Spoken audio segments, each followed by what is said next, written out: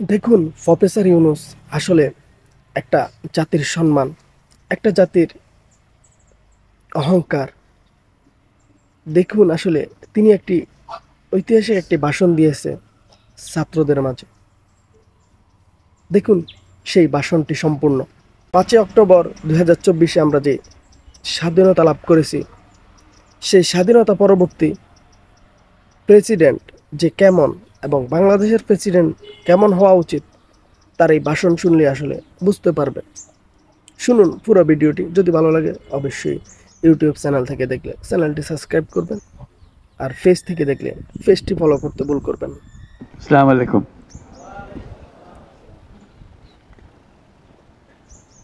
তোমাদের দেখছি আর ভাবছি কি একটা স্বপ্ন আমাদের সবার সামনে, তোমাদের সামনে, জাতির সামনে তোমরা নিয়ে এসছো। প্রথম শুরুতেই আমরা যারা শহীদ হয়েছে তাদের কথা স্মরণ করি। যারা শহীদ হয়েছে তারা চলে গেছে, এবং তোমাদের দিকে তাকাচ্ছিলাম, ভাবছিলাম তোমরাও শহীদ হয়ে যেতে পারতে। এটা শুধু ভাগ্যের খেলা, তুমি এদিকে রয়ে গেছো, সেই দিকে চলে গেছো। আজকে তারা আমাদের সঙ্গে বসতে পারত,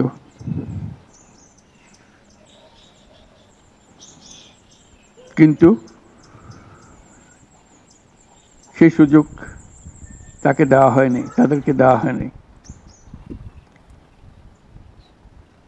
আমরা এপারের আর ওপারের মানুষ হয়ে গেছে শুধু ঘটনাচক্রে। কোন নিশ্চিত বলার উপায় ছিল না তুমি এখানে থাকবে, সে চলে যাবে। তুমি হয়তো 1 ঘন্টা আগে রওনা হয়েছে, 1 ঘন্টা পরে রওনা হয়েছে, এতেই তার সমস্ত কিছু পাল্টে গেছে। যখন হাসপাতালে যাই তাদের দেখার জন্য, তাকাতে কষ্ট হয়।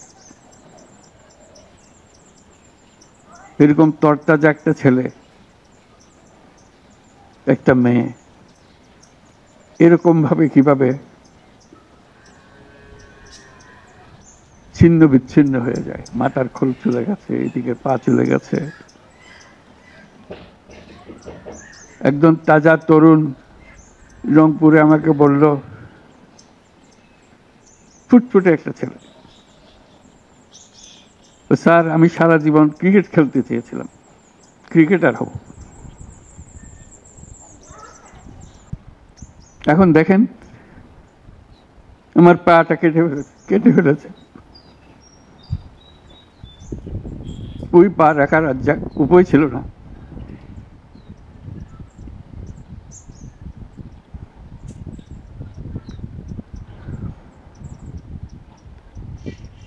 সে আমাকে জিজ্ঞেস করে, স্যার আমি ক্রিকেট খেলবো কি করে?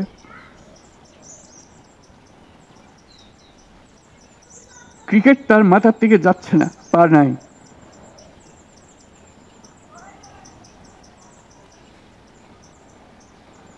যতবার দেখি ততবার মনের সামনে প্রশ্ন জাগে, এটাই আমরা বাংলাদেশ বানিয়েছিলাম? যেহেতুগুলো তাজা প্রাণ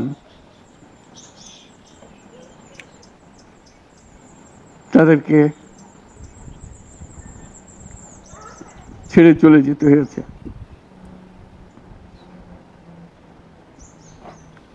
আমরা যারা এখানে আজকে বসে কথা বলছি, তাদের একমাত্র দায়িত্ব তাদের যে ত্যাগ, যে জীবনের বিনিময়ে তারা আমাদেরকে আজকে এখানে বসার সুযোগ দিয়েছে, তারা না গেলে আমরা আজকে এখানে বসতে পারতাম না। সবাই আমরা যারা সরকারের মধ্যে বসছি, তোমরা যারা আজকে শান্ত মনে এখানে কথা শুনতে এসছো, কেউ এই ভূমিকে আসতে পারতাম না।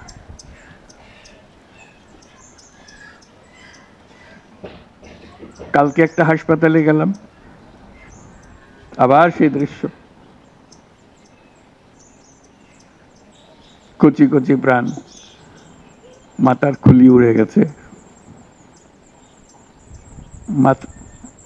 মাথার অর্ধেক নাই, গুলি মাথার ভেতরে রয়ে গেছে।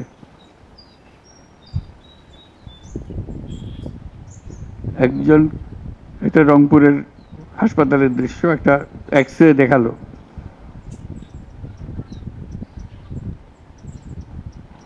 মানে দাগ, অসংখ্য ছোট ছোট ছোট ফুটে করা ছবি।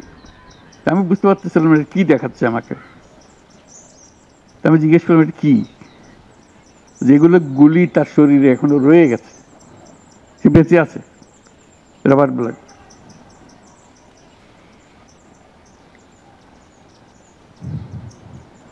যতবার দেখি, যতবার শুনি, আবার নতুন করে প্রতিজ্ঞা করতে হয় যে স্বপ্নের জন্য যারা প্রাণ দিয়েছে সে স্বপ্নকে আমরা বাস্তবায়ন করবই। এটার থেকে আমাদের বেরিয়ে যাবার কোনো উপায় নেই। আমাদের যোগ্যতা না থাকতে পারে, আমাদের ক্ষমতা না থাকতে পারে, কিন্তু আমাদের প্রতিজ্ঞা রইল আমরা এটা করব।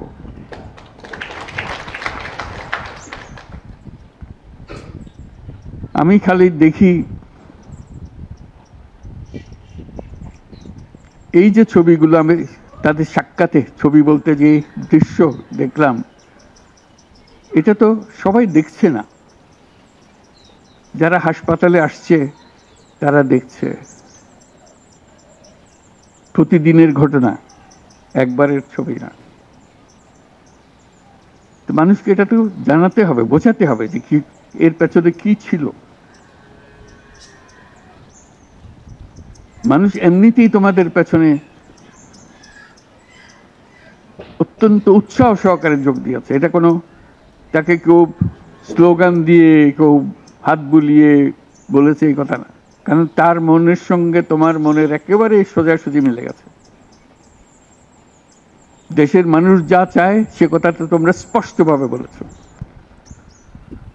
তোমরা প্রাণ দিয়ে বলেছ। তোমাদের যে সম্বল ছিল সেটা একমাত্র সম্বল ছিল তোমাদের সাহস, তোমাদের শরীর। এইটাই তো একমাত্র জিনিস আমরা দিয়ে দিতে পারি। কিন্তু আমরা যে লক্ষ্যে পৌঁছতে চাই সে লক্ষ্যে আমরা পৌঁছবো, এটাই ছিল তোমাদের প্রতিজ্ঞা। সেজন্যই ওরা তোমাদের কাবু করতে পারে না। এই সাহস যেন তোমাদের স্থায়ী থাকে, এটা কোনো কালে কোনো কারণে যেন এটা থেকে কমতি না হয়। এর আগামীতে যাত্রা দুরূহ, এটা সহজ কাজ না। এই যে বারে বারে আমরা বলছি, তোমরা বলছো এত বছরের জঞ্জাল, যে আমাদের পায়ে এত বছরের শৃঙ্খলা পুড়িয়ে দেওয়া হয়েছে, শৃঙ্খল পুড়িয়ে দেওয়া হয়েছে। সেই মাথার ভেতরে যে শৃঙ্খল বেঁধে দিয়েছে, কাজের মধ্যে যে শৃঙ্খল বেঁধে দিয়েছে, সেগুলো সব কটা থেকে আমাদের মুক্ত হতে হবে। তাহলে আমরা একটা নতুন জাতি হিসেবে জন্ম লাভ করব। তোমরা এই সাহস দেখাবার আগে আমরা একটা দুঃস্বপ্নের মধ্যে ছিলাম, যেটার কোনো সমাপ্তি নেই। এই দুঃস্বপ্ন কঠোরতর হয়েছে, আমরা একে একে সব হারিয়ে ফেলেছি, দেখতেছি সব যাচ্ছে, কিন্তু টু করে শব্দ করার সাহস আমাদের হচ্ছিল না। সবাই মেনে নিচ্ছিল যে যেভাবে হোক কোনো রকমের সামাল দিয়ে চলা, যতটুকু না হলে নয় সেটুকু করে দেওয়া, তবু জীবনটা কাটিয়ে দেওয়া, এটাকে উল্টে দেওয়ার কথা কেউ চিন্তা করে নাই। এটাই ছিল আমাদের দুঃস্বপ্ন। আমাদের হাত পা ছিল অবশ। এই দীর্ঘ 16 বছরের দুঃস্বপ্নের মাঝখান দিয়ে হঠাৎ করে তোমরা আওয়াজ তুললে, না আমরা জেগে উঠবো, এই দুঃস্বপ্নের ভেতরে থাকবো না। যে সাহস তোমরা দেখালে, যে ত্যাগ তোমরা করলে, হঠাৎ জাতি দুঃস্বপ্ন থেকে জেগে গেল। দেখে আরে সব তো আমাদের হাতের বাইরে চলে গিয়েছিল, আমাদের চিন্তার বাইরে চলে গিয়েছিল, এখন আমরা আবার সোজা হয়ে দাঁড়াবো। এই দুঃস্বপ্ন ভেঙে দেওয়ার যে সাহস তোমরা দেখিয়েছ, তার জন্য সারা জাতি তোমাদের কাছে কৃতজ্ঞ। আমাদের চেষ্টা হলো সে জেগে ওঠা জাতিকে নতুন স্বপ্নের দিকে নিয়ে যাওয়া, যে স্বপ্ন তোমরা দেখিয়েছ। যখনই এই অফিসে আসি, তোমরাও ঢুকেছ, চেহারাটা দেখলেই মনে পড়ে তোমাদের একটা ছবি, কিলবিল করছে ছেলেরা এর ছাদে, এর ওখানে, প্রতি জায়গাতে দখল করছে এই অফিস। মনে পড়ে যে ওরাই তো এই অফিস আমাদের জন্য মুক্ত করে দিয়েছে, আমরা আজকে ঢুকতেছি, তোমরাও ঢুকলে আজকে এখানে। তবে এই অফিস আর সেই অফিস নয়, আমরা নতুন বাংলাদেশের অফিস এটা করেছি। নতুন বাংলাদেশ গড়ার জন্য আমরা এখানে এসেছি, সেটা যেন সবাই মিলে আমরা করতে পারি। দেয়ালের যে লেখাগুলো যখনই দেখি অবাক লাগে, এত কথা কিভাবে এদের মনে আসলো। এদের পেছনে তো কোনো কবি নাই, কোনো সাহিত্যিক নাই, কোনো পণ্ডিত নাই যে কথাগুলো জোগাড় করে করে দেবে, কিন্তু সারা শহর ছড়িয়ে আছে, অন্যান্য শহরেও আছে। প্রতিটি কথা অত্যন্ত মূল্যবান, ছোট্ট কথা, ছোট্ট ছবি, অত্যন্ত মূল্যবান। আমি প্রথম 2-1 দিন দেখার পরে বললো যে এইগুলো তো কদিন পরে হারিয়ে যাবে। তাড়াতাড়ি যারা পরিচিত আছে তাদের বললাম, এগুলো সব ছবি তুলে রাখো, এগুলো হারিয়ে যাবে। ঢাকা শহরের যত দেওয়াল আছে সব দেওয়ালের ছবি তারা সংগ্রহ করে রেখেছে। একজন আকবরী একটা বই বানিয়ে ফেলেছে ধরে রাখার জন্য, এই মুহূর্ত যেটা হয়ে গেছে সেটা যেন হারিয়ে না যায়। এই বই এখন প্রকাশিত হবে, যারা দেখে নাই, যারা দেখার সুযোগ পায় নাই, দূরে আছে, তাদেরকে যেন আমরা দেখাতে পারি আমাদের ছেলেরা কি করেছে, আমাদের মেয়েরা কি করেছে।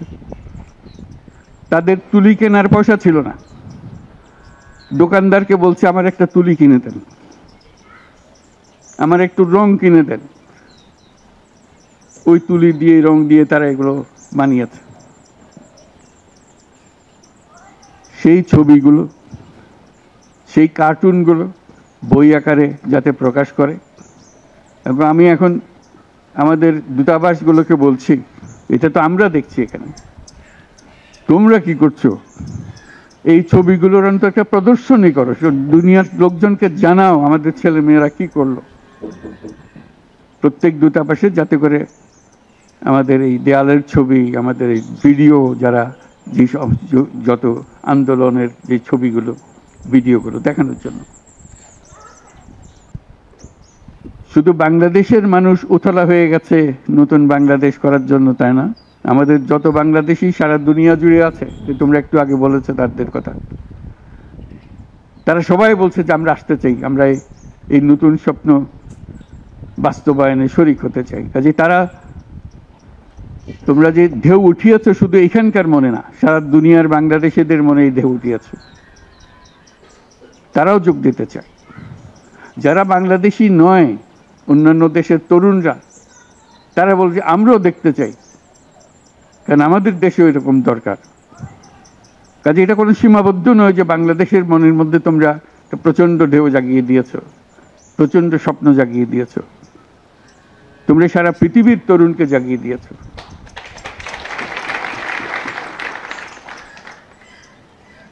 আমি অতীতে বারে বারে বলেছি অন্য প্রসঙ্গে যে এই তরুণদের হাতেই সৃষ্টি হবে এই নতুন পৃথিবী। আমরা যারা বয়স্ক তারা বাতিল, তারা পুরনো চিন্তা ধরে রেখেছে, ধারণ করে রেখেছে, ওদের দিয়ে নতুন পৃথিবী সৃষ্টি হবে না। কাজেই তোমরা যেটা করলা সেটারই একটা সূত্রপাত, যে তরুণদেরকে দিয়েই নতুন পৃথিবীর সূত্রপাত। এটা শুধু নতুন বাংলাদেশের সূত্রপাত না, এটাই নতুন বাংলাদেশের মাধ্যমে নতুন পৃথিবীর সূত্রপাত করছো তোমরা। কাজে এটা বিশাল একটা কর্মকাণ্ডের মধ্যে তোমরা নিয়ে আসছো পৃথিবীকে। তোমাদের দেখে তরুণরা শিহরিত হবে, তরুণরা আন্দোলিত হবে যে হ্যাঁ তাই তো, ওরা পারলে আমরা কেন পারবো না। তোমরা ইতিহাস। আজকে মনে হচ্ছে সাধারণ কয়েকজন তরুণ সামনে বসে আছে, কিছুদিন পরে এই সাধারণরাই অসাধারণ হিসেবে পৃথিবীব্যাপী স্বীকৃত হবে, যেহেতু তোমরা অসাধারণ কাজ করেছ। সেই কাজে যেন বিরতি না আসে, এটাই হলো আমাদের প্রতিজ্ঞা, যে আমরা যেন করতে পারি। তোমার অনেক কথা তোমরা বলছো, অত্যন্ত মূল্যবান কথা, এখানে দাঁড়িয়ে দাঁড়িয়ে যারা বললে অত্যন্ত মূল্যবান কথা, আমরা যেন ভুলে না যাই। আমরা যারা দায়িত্ব নিয়েছি তোমাদের এই স্বপ্নগুলো বাস্তবায়ন করা, তাদেরকে যেন মনে করিয়ে দিতে পারো আমাদেরকে। আমার একটা প্রস্তাব থাকবে নাহিদ, আসিফ এবং তোমাদের সবাইকে, অন্তত মাসে একটা করে চিঠি লিখো আমাদের কাছে।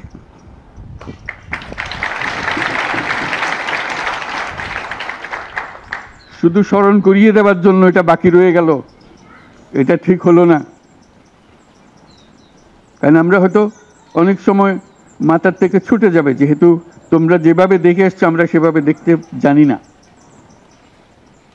সেই জানানটা দেওয়ার জন্য আমাদেরকে গুঁতো দিতে হবে, স্মরণ করিয়ে দিতে হবে, যাতে করে আমরা এটার থেকে বিচ্যুত হয়ে যেতে না পারি। এটা তোমাদের দায়িত্ব, কারণ যে পথে রওনা করে দিয়েছ সেটার রূপরেখা তোমাদের কাছে পরিষ্কার। আমরা হয়তো কিছুটা বুঝেছি, কিছুটা অন্যভাবে বুঝেছি, এরকম যেন না হয়। তোমাদের ঠিকভাবে যে স্বপ্ন তোমরা দেখেছ সেই স্বপ্নটা যেন আমরা আমাদের সাধ্যমতো রূপ দিতে পারি। বহু লোক বসে আছে যারা এই দুঃস্বপ্ন থেকে আমরা জেগে ওঠার কারণে তারা দিশেহারা হয়ে গেছে। একদিন চুপচাপ শুয়ে শুয়ে দুঃস্বপ্নের মধ্যে এরা ছিল, দুঃস্বপ্ন দেখছিল, আমরা শান্ত আনন্দ সহকারে লুটপাট করে যাচ্ছিলাম, হঠাৎ করে গোলমাল হয়ে গেল। তারা কি চুপচাপ বসে থাকবে? মোটেই না।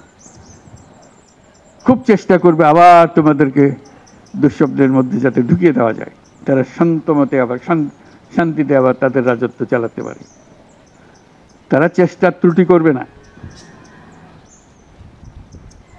কাজে যে কাজ শুরু করেছো এই কাজ সমাপ্ত না হওয়া পর্যন্ত এর থেকে বেরিয়ে যেও না, তাহলে সব নষ্ট। বাংলাদেশ এই যে বললো, আমি বলছিলাম 16 বছর, বললো 53 বছর, বাংলাদেশের জন্ম থেকে আজ পর্যন্ত এই সুযোগ আর আসে নাই, যে সুযোগ তোমরা আমাদের হাতে তুলে দেবে। এই সুযোগ যেন হাতছাড়া না হয়। এই সুযোগ হাতছাড়া হলে বাংলাদেশের আর কোনো ভবিষ্যৎ থাকবে না। এটা কোনো আর দেশ, এটা কোনো রাষ্ট্র আর থাকবে না। কাজে এইটা যেন শুধু রাষ্ট্র নয়, পৃথিবীর সম্মানিত রাষ্ট্র হিসেবে প্রতিষ্ঠিত হতে পারে, যেহেতু তরুণরা এটার হাল ধরেছে। এই কারণেই এটা ভিন্ন, এই কারণে এটা ইউনিক, অনন্য। এই অনন্য একটা দেশ, আমরা তৈরি করতে চাই। মানুষ এসে এটা দুনিয়ার মানুষ এটা এসে দেখে যাবে, তোমাদের কাছে শিখতে আসবে, তোমাদেরকে নিয়ে যাবে। আমাদেরকে বলো কি মন্ত্র দিয়ে তোমরা এটা করেছো, এই মন্ত্রটা তারা শিখতে আসবে।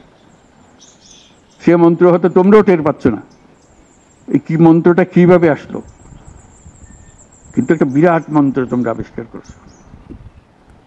এই মন্ত্রকে ধরে রাখবে। এই মন্ত্র যদি শিথিল হয়ে যায়, আমাদের কপালে অশেষ দুঃখ।